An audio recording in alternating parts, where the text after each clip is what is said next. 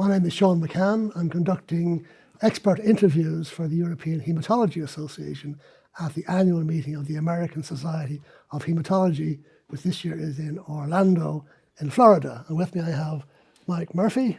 You're very welcome. Thank you for coming along. Pleasure, Shaun. And Mike is Professor of Transfusion Medicine at the University of Oxford, which of course is in the UK. Yes. And he is obviously a well-known, anybody who knows anything about transfusion medicine will know his name immediately. So the first thing I'm going to ask you is, when I was a medical student and a young doctor about 1,000 years ago, like pints of Guinness, we were told that one was never enough. Right. You always needed at least two. Right. I take it that's now no longer the gospel. That's correct.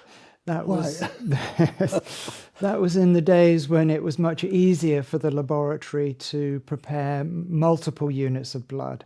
They didn't want to have to go through the whole process again, because they were using a long cross-match process. So they were individually checking the plasma of the patient was cross-matched against some of the cells taken from the unit, from the pilot line, and they were having to do that for every unit. Now we have a different process for what we call compatibility testing, where we establish what the patient's blood group is, and then we screen the patient's plasma against donor cells in what we call an antibody screen test.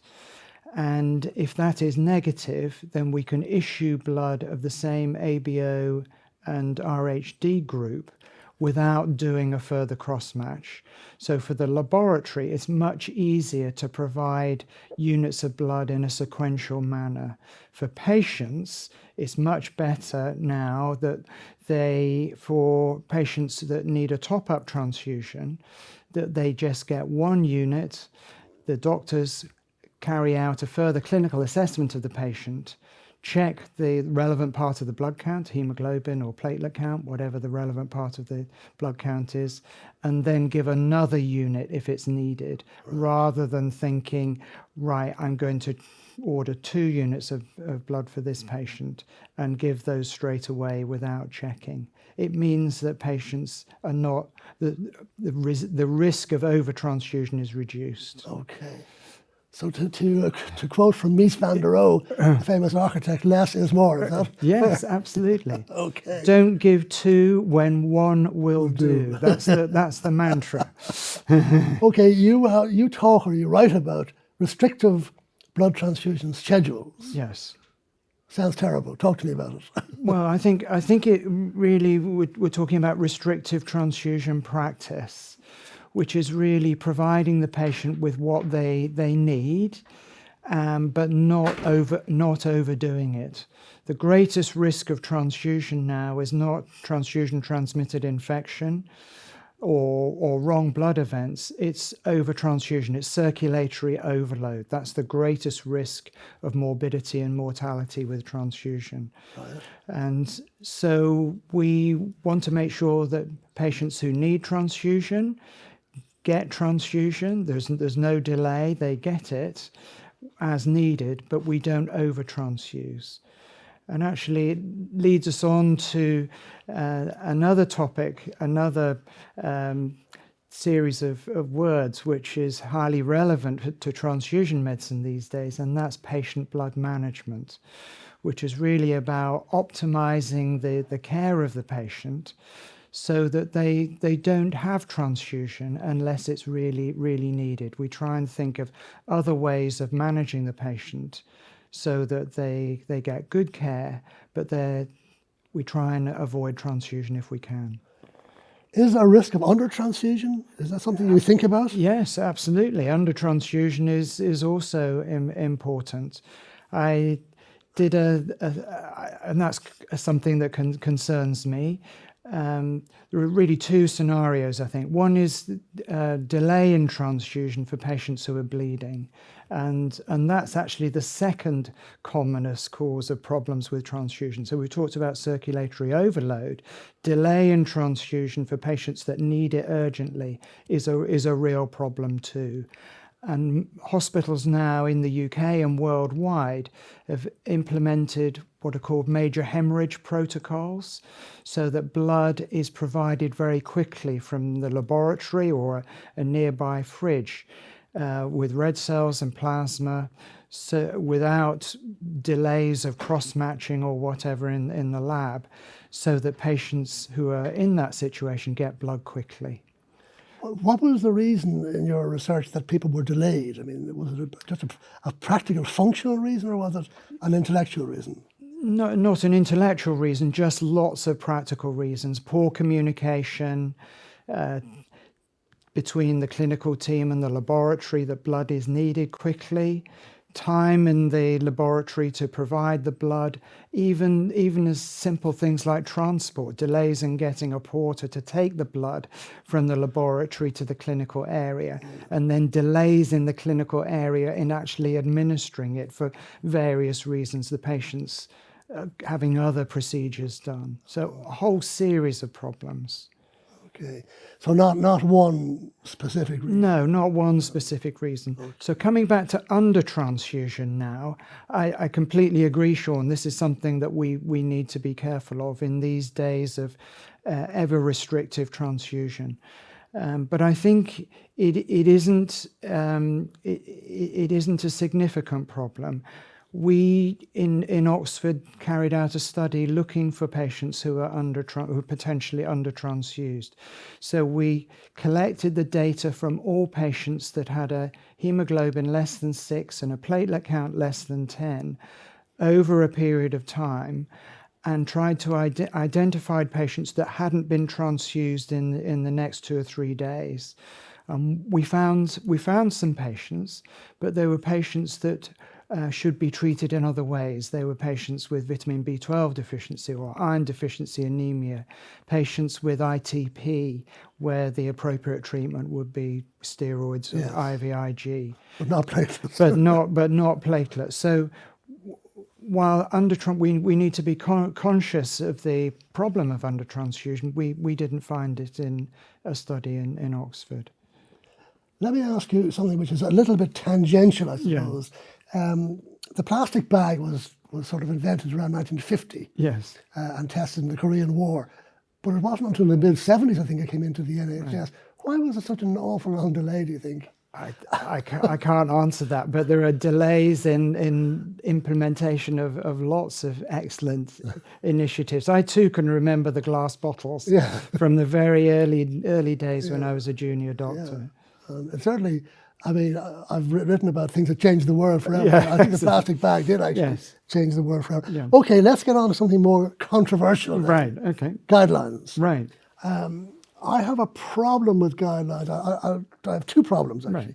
One is most guidelines are far too long. Right. And I am guilty of having put my name to a guideline of 20 pages, which I think is ridiculous. Yes. And secondly, guidelines may inhibit people from using common sense or their clinical judgment. Right. So obviously you're a believer, so convert me. Right. Yeah. So I too have written too many long guidelines, and long guidelines